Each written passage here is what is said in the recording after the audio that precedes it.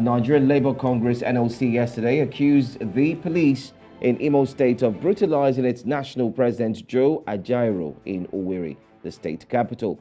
NLC Head of Information Benson Upah said Mr Ajaero was arrested at the NLC State Council Secretariat by heavily armed policemen in Owerri and taken to an unknown destination. The development came on the day set aside by the NLC national leadership to hold a protest in Imo State over an alleged violation and abuse of the rights and privileges of workers by the Imo State government.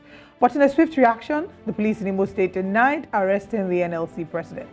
The police spokesperson in Imo State, Henry Okoye, in a statement said that the police only took the NLC president into protective custody in response to a mob attack against him. Well, subsequently, the NLC confirmed that Mr Ajaero has been released, but accused the police in the state of brutalizing him upon his arrest. Well, joining us this morning is Barrister Calistus Ihejiagwa. He is the Chairman Labour Party in Imo State. Thank you so much, Mr. Calistus, for joining us this morning. Thank you so much. Good morning. How are you over there? We're very well, thank you. Thanks for asking. Hope you're well too. All right. Anyway, a little bird tells us that you actually beheld every single thing that happened yesterday. Would you mind sharing with us what really took place, especially now that Nigerians would need to make a decision on which of the divide they want to stand? Was it the police that brutalized the NLC president, or was it a mob action that came against him? Thank you so much. From eyewitness accounts, it was operatives of the Nigerian police that descended heavily and brutally on the president of Nigerian Labour Congress and other national officers of Labour Congress and TUC that came into Imo State to prevail on the state government to pay workers. You need to get the background of what happened yesterday. What happened is that since the government of Hope Uzodinma came on board, thousands of Imolites who are workers in Imo, both at the local government and state level, had been declared ghost workers by the government, and he has refused to pay them for 3 years plus. They have not been paid. So Nigerian Labour Congress and TUC came in town to prevail on the government, to listen to voice of reason and pay these workers. They were here to exercise their civil rights as labor union on behalf of their colleagues that had been denied of their salaries for years. Then while they were there, on a very peaceful movement, men of the Nigerian police descended heavily on the NLC president and brutalized him. I saw the release by the Nigerian police that they did not arrest him, that they took him for protective custody. And the question we want to ask, protecting him from who? Nigerian police should come up clean on this matter. It was their operatives. There are eyewitnesses that witnessed what happened. If you come to take somebody on protective custody, why do you beat up the person? I'm sure you have seen the video of the president of NLC, Comrade Mr Ajaero. You saw how badly beaten he is. In fact, yesterday, if not by the grace of God, he would have died in their hands. I don't know what Hope Uzodinma and Nigerian police want to turn Imo State into. Are there no more civil rights? Are we no longer under the law?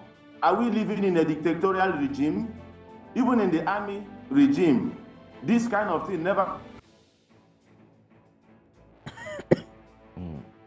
All right, Barrister Calistus, are you there? Okay, we seem to have a little. But just in case you missed that, are you there? Are you back? Yes, I'm there. All right, go ahead. Yes. So I said that what happened yesterday was despicable. It's a gross violation of the rights of Nigerian Labour Congress and TUC. It's a gross violation of the rights and the constitutional guarantees of the president of NLC. Nigerian Labour Congress is a violation of his rights, and the police cannot deny it. They were the ones involved, and there are some other officials of the state government who were also there and joined in the beating up of members of NLC. The whole world must hear what happened. It cannot be swept under the carpet. It cannot be covered.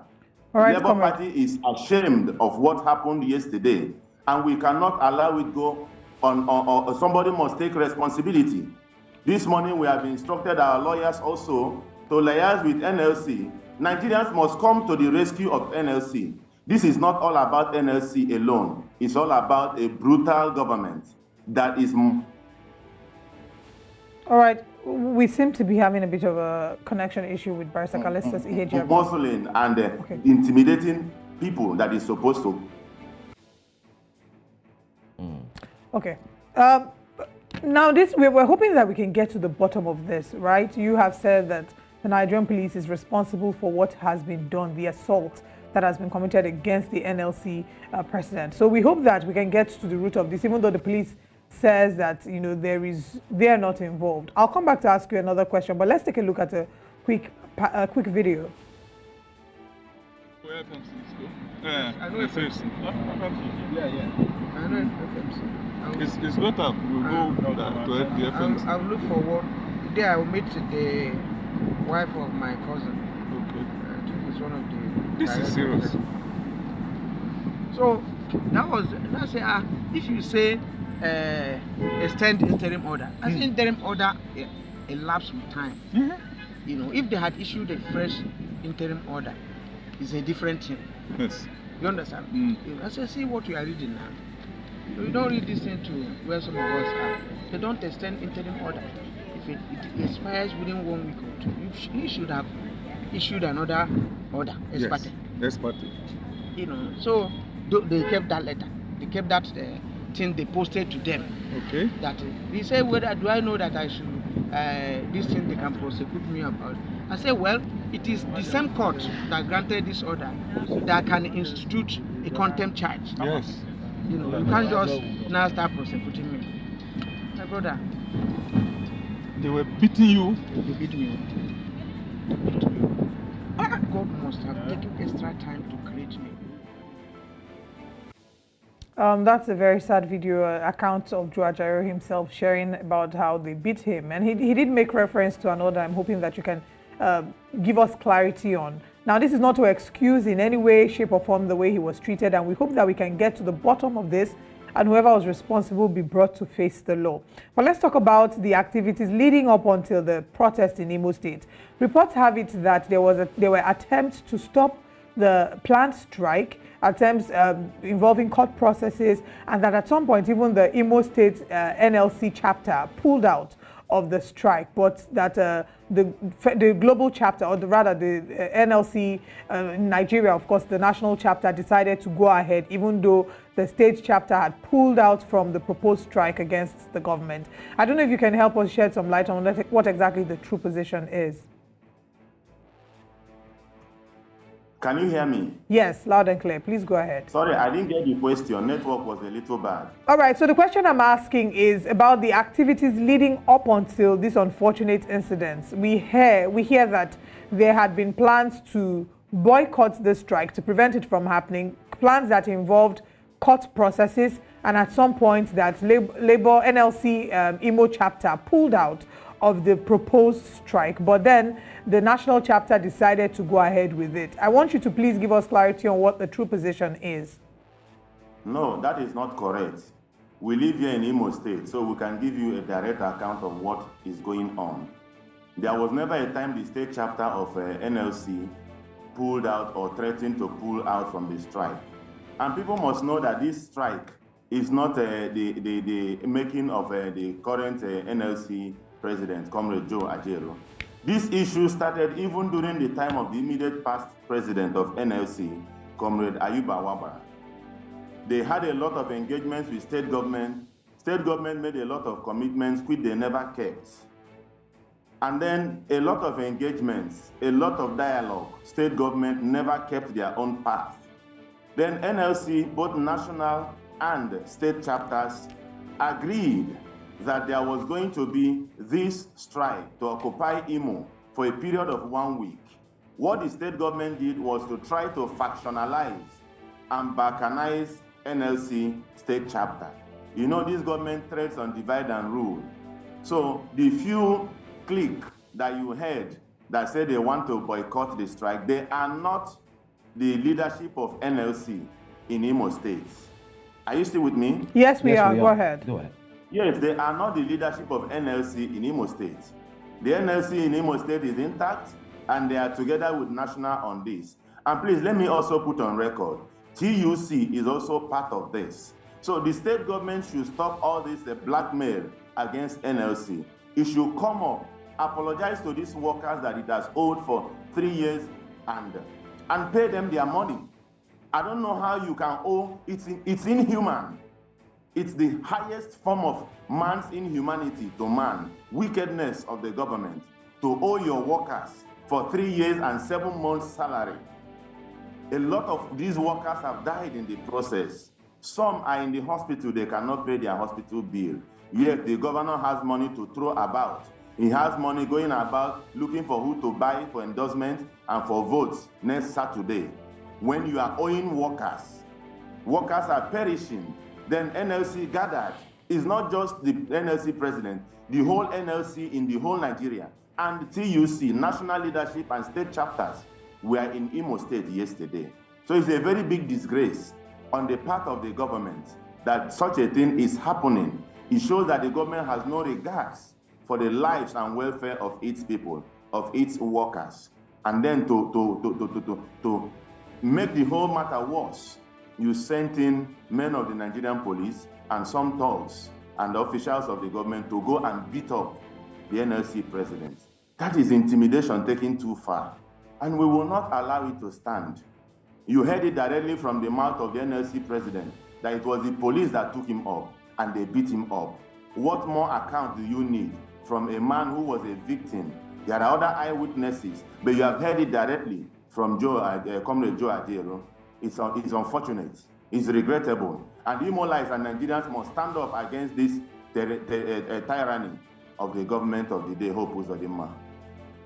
All right, Barrister Calistus, please do forgive us for not expressing our sympathy earlier on, but how is the comrade doing now? How is Joe Ajaero doing now? From information I got this morning, he's stabilized, but he's still under severe pains. He will go back to the hospital this morning, and from there he will know the next thing to do. But he's seriously traumatized. From the video you have, which is in the public domain, he's very traumatized. As he should be. For his life, but I know that he's on the path of justice. He's on the path of righteousness. Nothing will happen to him. I call on Imolites to please join in prayers, join in solidarity on this NLC president and TUC, on the leadership of NLC, who are fighting for our rights. They are fighting for our emancipation. So I'm with him in prayers. Labour Party Imo State, Labour Party Nigeria, we are with him in prayers. Nothing should happen to him. All right. Let's also look at, not knowing that, I mean, he's in a stable condition. The question is, I know you did mention slightly in your first response, but what are the next steps, especially for the NLC? You did somewhere you mentioned about your lawyers and so on and so on. What are the next steps? And most importantly, is there going to be a strike? Because we hear that reactions are coming from the NLC and the TUC that based on the attack on Comrade Joe Ajaero, that there will be a full-blown strike. I am not a member of Nigerian Labour Congress or TUC. So I may not be able to speak on what is their next line of action, but I'm speaking as the state chairman of the Labour Party, that we concerned Nigerians, we who are traumatized by what happened yesterday, because injury to one is injury to all. If we allow this to go unaccounted for, if we just allow it to be swept under the carpet, it could be me tomorrow, it could be anybody. So on the part of Labour Party Imo State, we are going to institute legal action against the state government and Nigerian police on this. Under the Fundamental Rights Action, we have a right, we can institute. Okay. Of course, you've said that you would institute actions. Barrister Ihejiagwa, are you there with us? We're struggling to connect with you. Okay. Barrister Calistus Ihejiagwa, I'm hoping that you can reconnect with us and then share with us exactly how these actions would impact the incoming elections in Imo State. First of all, looking at the current... Okay, Barrister Ihejiagwa, are you back here with us? Yes, I'm back. Sorry, network is acting up here. Yeah, we understand. Share with us how these actions may impact the incoming elections and what is the mood like in Imo State. I've seen a number of clips and reports on social media with people worried about Hope Uzodinma and his influence in the incoming election. So talk to us about what the mood is like as we count down to the election, as well as, you know, how this may or may not affect the elections. The mood here is serious fear and panic. Imolites are afraid of their lives. Imolites are in panic mood because if the state government can descend using the security apparatus on the person of the president of NLC, it means none of us is safe. You know, there has been a series of intimidation and attacks on opposition party and voters as well. So we are in for a serious trouble here in Imo State. The state government has used all the instruments of government to intimidate the opposition. I'm sure you are aware the other time they attacked our office, attacked my person, and vandalized the things in the Labour Party state secretariat. The personnel of Imo State Government came with thugs, armed thugs, and attacked us. It's on the social media, it's on the news. I'm sure your station carried it. So yeah, we are not happy with what is happening here. But the good news is that Imolites are determined to come out to vote on Saturday, November 11, despite the intimidation, despite the over deployment of security agents across the state, the streets of Imo State. They say they have come here to protect us. We pray that their mandate is actually to protect us and not to join the state government in brutalizing and intimidating us.